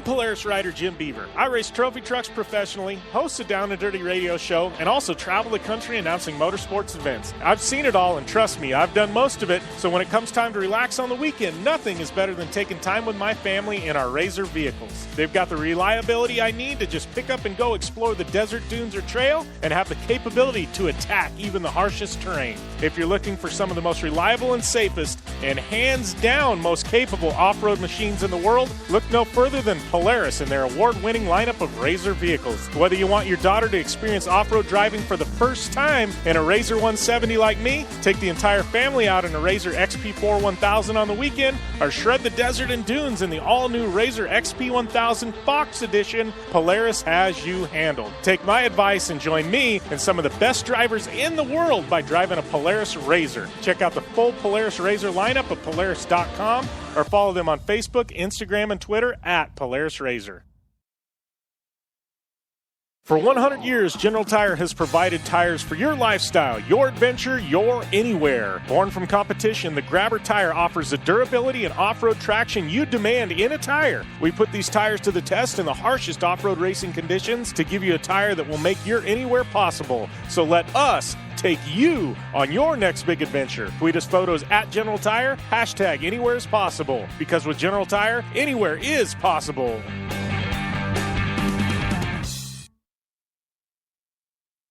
Life is all about sound, the sound of sports, the sound at the racetrack, and the sound of your vehicle. Don't drive around listening to this. Drive around listening to the sound of performance. Gibson Performance. Gibson Performance Exhaust is the company who can turn this into this. Remember that life is all about sound, and Gibson Exhaust is the sound of performance. Check out your next catback exhaust system, headers, muffler, or UTV exhaust at GibsonPerformance.com and get more power and more sound. Are you looking for a place to push yourself behind the wheel and see how your driving skills stack up? Dirtfish Rally School is that place. Located on 315 acres of pristine automotive playground at the foot of the Cascade Mountains in Snoqualmie, Washington, right outside of Seattle, Dirtfish Rally School is a one-of-a-kind place where everyone from first-time drivers to seasoned professionals like Bucky Lassick and Antoine Lestage can push themselves to their limit. Whether driving the high-performance rally-prepped all-wheel drive Subaru Impreza STI is what you're looking for, or you'd rather hang it all out in the rear-wheel drive Subaru BRZs, Dirtfish Rally School has something for everyone. Classes are available from 2 hours to 3 full days and feature instructors with over 150 years of combined racing experience. Whether you're looking to become the best and get an edge on the competition, or just looking to freshen your skills behind the wheel, Dirtfish Rally School is the place to go. For more information on registering for classes, visit Dirtfish on the web at dirtfish.com, or to check out the latest happenings from Dirtfish, follow them on Facebook, Instagram, and Twitter at Dirtfish Rally.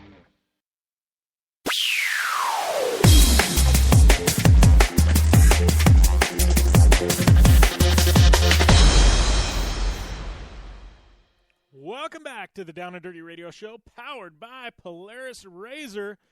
Jim Beaver, Amy Houde in the house, talking some Supercross, and just had Miss Supercross Juliana Daniell on air. And, man, it's been a heck of a show, and we got a whole lot more coming at you with Supercross. I don't know, let's jump right into things, Amy. I mean, this weekend, round one, Anaheim, you and I have been talking about it for a good 6 months.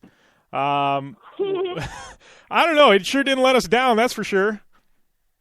Oh, my goodness. And, it never lets us down. It's one of those races you go in with, like, I didn't even bother to sign up for the Fantasy Supercross League because you can throw away a couple. And it's a waste of money. You never know what's going to happen. And you got dark horses, bad luck, and, apparently UFC fights getting thrown down on the track. Like, this weekend was no shy of action, that's for sure. There's a lot of people who surprised me this weekend, a lot of people who, no surprise at all, finished a lot better than they did last year that I was totally betting on. But, there's a lot of people who flopped, a lot of people who let me down. It was crazy. I know you didn't really get the chance to watch it live, but it was insane, to say the least, honestly. Yeah, it's I don't know. I mean, and I'm watching all this stuff go down, and I mean, gosh, I had James Stewart on my team. I had Weston Pike on my team. My theory and my thought on my Fantasy Supercross team was spot on, but it sure didn't work out too well for me. As I'm watching Weston Pike, and I'm going, I mean, I was like, holy crap, is this happening? And I'm like, oh, crap, that's hurting my team. I know, that's the thing. So many people are like, oh, my God, yeah, throw down, let's do this. And then, with James, they're like, oh, no surprise there, and blah, blah, blah. But at the end of the day, consensus after this weekend was, oh, shit, there goes my Fantasy Supercross league. But, it was a good night for, obviously, Cooper Webb in the 250 class. He didn't have a clean sweep. I was a little confident there early on in the night with Jesse Nelson's riding. I mean, he came out swinging, got the whole shot, and was leading for almost half the race. And it took Cooper a while to get in front of him. Once he did, Cooper did check out, and I was like, see you later. But, I was rooting as well for Zach Osborne and Alex Martin and Joey Savacci there. And Joey riding a great race. I think he kind of hit a tough block in one of the roller sections and went down. But, Joey's still a top contender there right with the rest of them. But, James Dakotas or Jimmy Dakotas had one of his best career finishes for the first time. He's on that new Factory Connection team. He came back from an Australian Supercross title. He's got a lot to, kind of on the line here right now. He's flopped years past. He didn't have much luck going over to Europe. So, finishing fourth overall was such a great start for him. And I really think that he'll be a strong contender all year, finishing on the podium maybe next weekend. But it's no surprise that Cooper Webb was going to clean up. He was the fastest guy in practice, and he makes all of his passes with ease. Like, the guy doesn't even look like he's trying out there. And he has such endurance, and his training is almost like a step above everybody else, because once everyone kind of hits that mid, halfway lap flag comes out, and, towards the end of the motos when everybody seems to get slower, Cooper seems to pick it up from somewhere. I don't know where he pulls it out. But he has that big reserve of stored energy left over, apparently. But, no, I'm normally excited and most pumped to watch the 250s, and it was kind of a snoozer. I mean, there was a lot of action kind of in the back of the pack. A few bobbles, obviously, Zach Osborne, Joey Savacci, but the highlight of Saturday had to be the 450 class. Like, oh my goodness. Let's start off by talking about Jason Anderson. No surprise there. I called it all year last year, saying that this guy is going to be competing for the championship this year, hands down. There was so much hype on him on social media, on the webs, on Transworld, RacerX. Everybody was talking about Jason Anderson, wanting to come and claim the title, being the guy, like this dark horse. Is this Jason's title? Blah, blah, El Hombre this, El Hombre that. The guy had some serious, shoes to fill or whatever. I mean, geez, there must have been a lot of pressure on him. But we've seen this incredible Jason Anderson last year, making last lap passes and, the last corner before the finish line passes. This guy is an animal, and he totally showed us what he is capable of on Saturday night, winning his very first 450 class. I'm just so proud of him, so pumped. I think this is the start of a whole new 450 season, and led by Jason Anderson. So, I'm sorry, I hate to say it, but Ryan Dungey the only reason he finished second is because he snuck in there. There's a lot of crashes. We had that huge mishap between, I believe it was like Dean Wilson, Chad Reed. Who else was in that mix? I think Justin Brayton as well. Like, there's a huge pack in there, and one guy went down, and they all went down, and that kind of opened the doors there for Ryan Dungey to slowly pick off Eli Tomac. And then I think it was 2 laps to go past Cole Seeley. So, I don't think Ryan Dungey is going to be the guy to beat this year. I really do think it's Jason Anderson. But what a huge flop this weekend, too. Huge flop for Ken Roxon, and probably the biggest one is Justin Barcia. I think he was running top 3 and faded all the way back. back to 15th place. And, you know, same with Dean Wilson. He was up there, you know, going for a podium spot and crashed. It was just a weird night for a lot of riders, and probably the weirdest night for Vince Freeze and Weston Pike. I'm having a word vomit. Weston Pike. Though. Holy smokes. Yeah, well, and talking about that, it's going in. I thought, honestly, I thought Ken Roczen was going to be the favorite to win this year. Yeah. I mean, he just didn't have. He had an off weekend. I mean, qualified 14th. He finished top 5, but he just wasn't. I don't know. He wasn't on point for sure. Dungey. He had a bad get off the start though, so I do think that might have been a little bit of hindrance. Those other motos there, once they red flagged the start there for James. They red flagged the race for James Stewart, but that was the moto that Ken Roczen, had a bad get off on the start. So I do think that, that crash might have played into effect. I'm not sure, but I didn't see the Ken Roczen that I thought I would see out there at all. He just looked like everybody else, to be honest. Yeah, I will say about Dungey, I mean, he finished second. One, I got to give big props to him on the Wheaties box. That's huge for Supercross, and I mean, that's just big being on a Wheaties box. But I will say last year, Dungey pulled the same, I don't know, you want to call it shenanigans or what. He started out in the first 5 or 6 races. He was there, top 5, maybe a podium, this and that. And then the second half of the season started, and it was like game on, and Dungey just ran away with things. So he's one of those, he kind of, I do not think that'll be the case. You don't? I do not think that's going to be the case this year. I think that Anderson, Seeley, Trey Canard had a little bobble there, I believe, but I think Anderson, Seeley, and even Tomac and Canard are going to be winning more races. I'd like to say Ken Roczen as well, but I don't really know what's going on with him right now. But those other guys are going to be winning a lot more races, I think, this year than Ryan Dungey. I think he's going to be the bridesmaid and not the bride this year. I think this is the year that these other, young guns who are hungry and thirsty for this championship are going to be laying more on the line there and,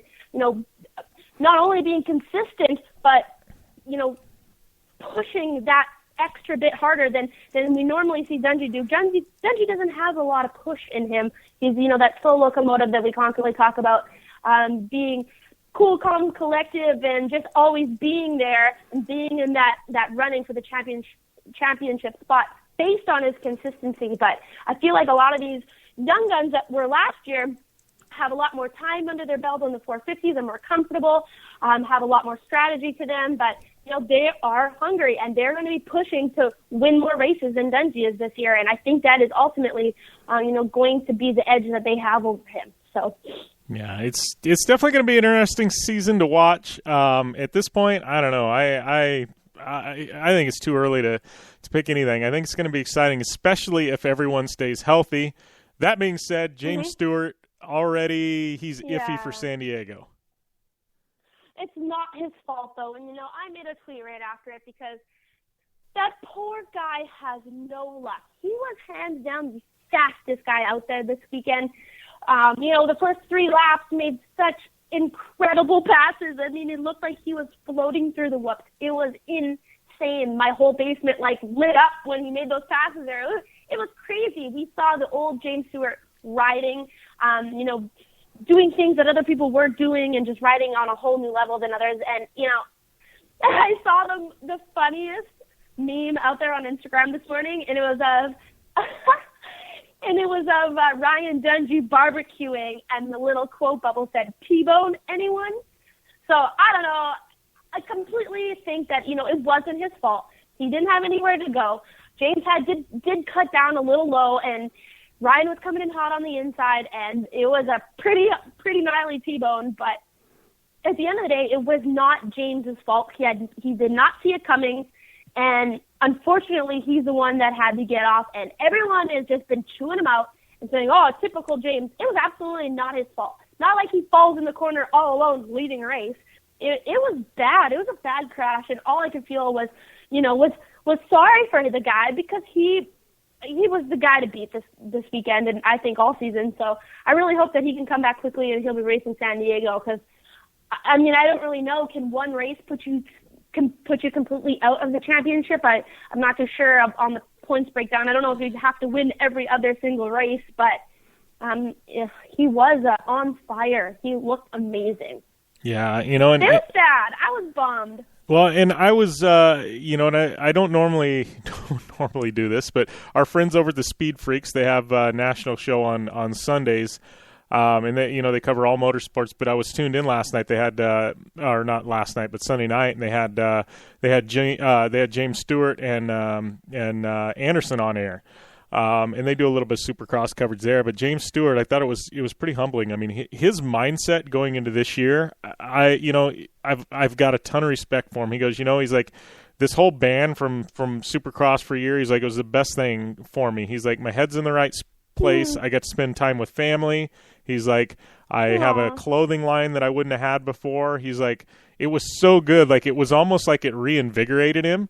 And he's so humble going into this year, you know, and I always said last year, you know, when all this stuff was going on, I completely respected him because he didn't do one interview. He didn't badmouth anybody in the press. He just, you know, he bit the bullet. He took his suspension, and he came back, and I think he's a better James Stewart. I do, too. Like, I've always had a soft spot for James Stewart.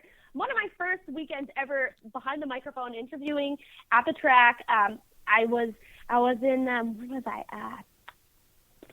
Oakland. And I kind of like ran up to James in the pits, and this was when I was like a fangirl and loved everybody and, you know, very like naive little girl. I just wanted to interview people. He was so nice, and he smelled fantastic. He had the whitest teeth, and he's very handsome, I do must say. But no, he was so nice and was really, really open to talk to me, and not like a lot of the pros who are just kind of too good to talk to little nobodies. And I've always really respected him for that. And, you know, I just think he's been a really gracious person, and he gets a lot of flack for nothing. Like, come on, people. I was at a race, and I heard that there was people in the crowd who spit on James Stewart's parents. Like, dude, the guy has to take some serious crap, and, you know, for him to, you know, bite his tongue and keep his mouth shut and still be a very, you know, well-rounded athlete and, you know, do a lot for other people and the fans and just be a very humble dude is mad respect for him, because we see the kind of BS that he gets. So mad respect for James. I like him. I don't care what anybody has to say. He took everybody makes mistakes. Everybody screws up at one point or another. A lot of people just don't get caught. I hate to say it. He happened to get caught. Whatever. No big deal. He did his time, did what he had to do, and now he's back. Forget about it. Yeah. You know, I don't think it's as bad as punching someone in the head at a Supercross. Even though I'm totally Team Weston, I just don't think it's even that close to be as bad. But, no, I hope he comes back strong. But I do have to say, are you Team Weston or are you Team Vince Freeze? What is it, Jim? It's a tough call. I mean, I felt bad for Freese. I honestly did, because I mean, I've been a Weston Pike fan for the past couple of years. I mean, Hallelujah. The first guy I put on my fantasy Supercross team was Weston Pike. I think he is one of the best riders in Supercross. I think he's going to get a win eventually. I mean, I think he's that good. I watched, and it's hard not to rewatch that whole segment, 10 times, because it's on every social. It on my Twitter, on my Instagram. Yeah, exactly. It's every other post. But I've seen takeout moves, and I don't think it was intentional. I don't think Vince did it on purpose. I think it was a racing accident. I didn't see it as a takeout move. Okay, let me give you a little bit of background on Vince Freeze that you may not know, not being a part of the motocross industry, okay? So, and it's funny because I was watching Twitter, and after the incident, obviously, run to social media, I have to see what other people's opinion about it is, because I can't necessarily give my honest opinion being, friends with a little bit of everybody. You gotta keep it professional, yada, yada, but very open to other people's opinions. That's why I did happen to post a video on my Instagram, so if you happen to miss the throwdown, head over to my Instagram and check it out. And, one of the videos that I got the most comments ever over, I think there's like 1,000 comments on there. So it was pretty interesting to read through it all, to see other people's opinions and, who's extremely naive and who's, who kind of took from it intelligently and, whatever. But a little bit of background on Vince Freeze. And what I noticed from looking on Twitter was when I saw that an olive Quebec rejoiced. And I had to sit back and think about it for a second until I realized that there's not a lot of Canadian motocrossers who like Vince Freeze. For this one particular reason, that when he came over to race the Canadian Nationals, he himself was the lead of a throwdown on the track to a local Canadian Quebec rider. I don't really know the whole story behind it, but I think Vince waited on the side of the track to pick a fight with one of Quebec's young and up-and-comers in the middle of a race. And so all of Quebec, hates him, and a lot of the Canadian... He did not leave the Canadian Nationals with a good taste in their mouth of Vince Freeze. So it was pretty interesting to see the uproar on social media from the Canadians about this whole fight, choosing Team Weston and, saying Vince had what, he had deserved what he had coming and yada yada. And, all night he was riding extremely aggressively. And actually Kevin Windham commented that all night Vince was riding aggressively and, he should be fine too and blah, blah, blah. At the end of the day, yes, I am completely Team Weston because I think it was, it's nice to see someone stick up for themselves. And, Vince not only took out Weston, but he's taken out people aggressively like that all season last year in Canada, picked the fight. Somebody's got to put him in his place. But I do think that it should have been left after the race in the parking lot where no one was got suspended. Yeah. So, yeah, that's what I have to say, that, Manny, why don't you have just done that in the parking lot? And then Weston wouldn't have gotten, get your fine, whatever. But, now you lost the championship and you're suspended from 2 races because of your inability to control your temper. So I don't know. It makes for good TV. What can I say? Makes our sport interesting. And it's funny because, in hockey, you see a fight every couple seconds, every couple minutes. There's a throwdown. But this is Supercross. We play on different, we play by different rules. This isn't Fight Club. We're here to race dirt bikes. So I do think it was very unprofessional. But I do think it's very unprofessional for Vince Freeze to ride like he is. This isn't the Goon Leagues. And, he's moved up from 250s to 450s. These guys are claiming a multi-million-dollar championship on the line. Don't ride like an idiot. Okay? So, yeah. Well, I think, Weston definitely did get more TV airtime and social media time than any other rider. But at the end of the day, any idea of making a run for the points championship is now officially out the window. It's too bad. I don't know. There is an interesting article on Racetracks I have to read yet. I put it in my bookmarks this morning. I saw it, but they actually talked to both team managers to get their side of the story. So I'm really interested to read that because I'd like to hear, how the JGR, what JGR has to say about that. So I'm pretty interested. But it sucks because Weston has this really bad rep of being this tough guy, but geez, he just owned up to it right then and there. So I don't know. I don't know.